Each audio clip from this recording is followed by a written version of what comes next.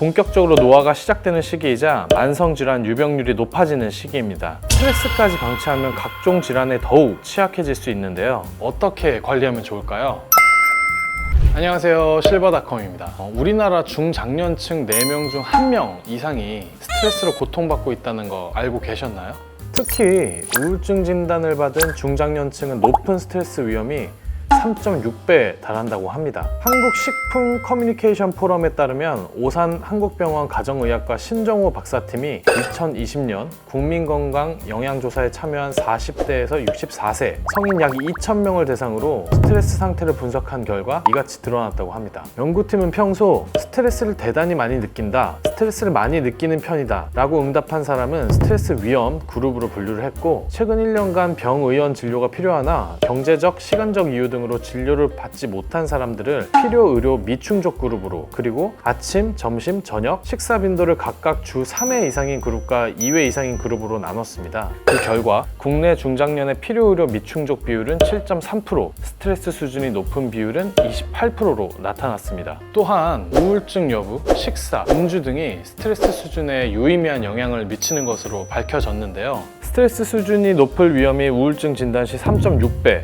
필요의료 미충족 시 2.3배, 저녁이나 아침 식사 빈도가 낮으면 각각 2.1배, 1.4배, 음주 빈도가 높거나 신체 활동을 게을리하면 1.3에서 1.4배 높게 나타났습니다. 교수팀은 가슴 두근거림, 피로감, 소화불량, 가슴 통증, 복통 등의 증상이 나타난다면 스트레스 탓일 수 있다며, 특히 심리적 스트레스는 우울, 불안 등 정서장애와 심혈관 질환의 발생 가능성을 높인다라고 지적했습니다. 그럼 스트레스는 왜 만병의 근원이라고 불리는 걸까요? 적당한 스트레스는 집중력을 높이고 긴장감을 유지해 수행 능력을 증진시킵니다. 하지만 심한 스트레스, 만성적인 스트레스는 정신 건강은 물론 신체 건강에도 악영향을 미칩니다. 먼저 스트레스를 받으면 다양한 심리적 반응이 나타납니다. 집중력, 기억력이 감소하고 감정 조절에 어려움을 겪으며 불안, 신경과민, 인내심 저하 등의 증상을 겪게 됩니다. 그리고 이런 상태가 지속되거나 갑자기 너무 큰 스트레스를 받으면 질환으로도 이어질 수 있습니다.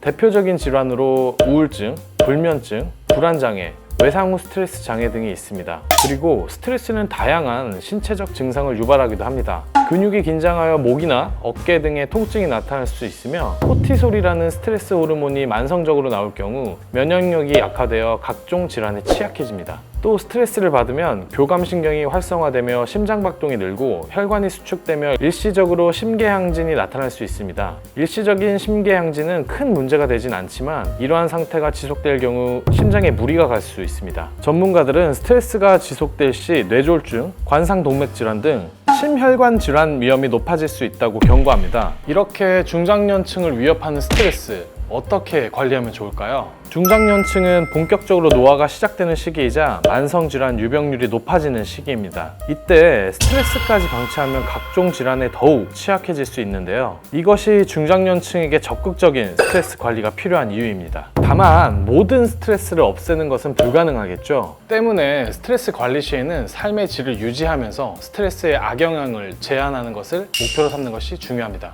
스트레스를 해소하기 위해서는 평소 긍정적인 사고방식을 유지하는 것이 중요하며, 긍정적인 스트레스 해소 방법을 찾는 것 역시 중요합니다. 건강한 스트레스 해소법으로는 명상, 운동, 취미생활 등이 있는데요. 먼저 명상은 호흡에 집중하거나 한 곳에 집중하다 보면 모든 생각과 주의력의 초점이 한 곳에 맞춰지는데, 이때 마음속에 있던 여러 걱정이나 생각이 빠져나오게 돼 스트레스가 해소되는 효과가 있습니다. 두 번째, 운동은 스트레스로 인한 다양한 부작용을 막는 효과가 있습니다. 무엇보다 심리적으로 갇힌 감정을 자연스럽게 풀어주고, 특히 인체의 큰 근육을 사용하는 운동은 좌절감, 분노, 적개심, 울분 등의 감정을 떨쳐버리는 데 도움이 됩니다. 또 규칙적인 운동은 전반적인 행복감을 높여주며 우울증에 걸릴 가능성을 낮춰줍니다. 세 번째, 취미 활동은 스트레스를 해소할 출구 역할을 합니다. 사람들이 우울증이나 불면증에 시달리는 것은 스트레스 분출구가 없어서라고도 말합니다. 사회생활, 인간관계 등 스트레스는 계속 축적되지만 그것이 빠져나갈 구멍이 없어 결국 자기 자신을 짓누르기만 하는데요. 이런 상황에서 취미생활은 스트레스를 해소할 출구 역할을 해줍니다. 앞서 소개한 건강한 스트레스 해소법 외에 스트레스를 받을 때 술, 담배,